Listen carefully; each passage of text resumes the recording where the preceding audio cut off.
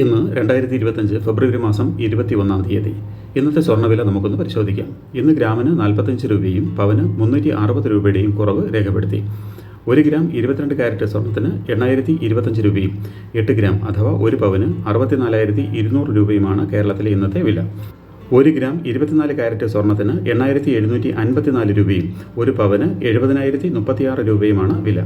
കൂടാതെ 1 gram 18 carrot സ്വർണ്ണത്തിന് 6,565 രൂപയും പവന് 52,527 രൂപയുമാണ് വില.